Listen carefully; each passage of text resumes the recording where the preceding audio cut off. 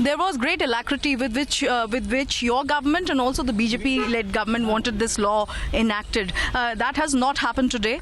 Your take, sir, and do you think the judiciary is giving out a message to the executive in this particular instance? There is a message. You have to understand the message. And for me, the message and the takeaway is that in our constitutional setup, in our constitutional arrangement, there has to be a bigger, greater, objective conversation between two wings of government, one being Parliament and another being the judiciary. I think that's the takeaway. Now, for somebody to say that you rejected what we tried to do, etc., I think that will be a very, very narrow-minded approach.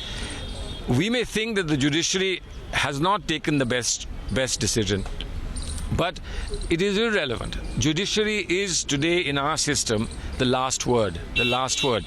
Even if we make any further changes, it will again come back to the judiciary, so they are the last word.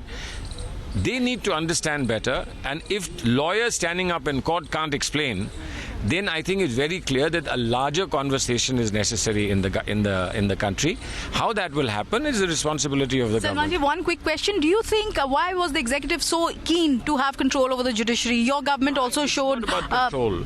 It's not about control. It's about response to people's expectation that there are certain limitations of the judiciary and there are certain shortcomings in the judiciary that needs to be addressed.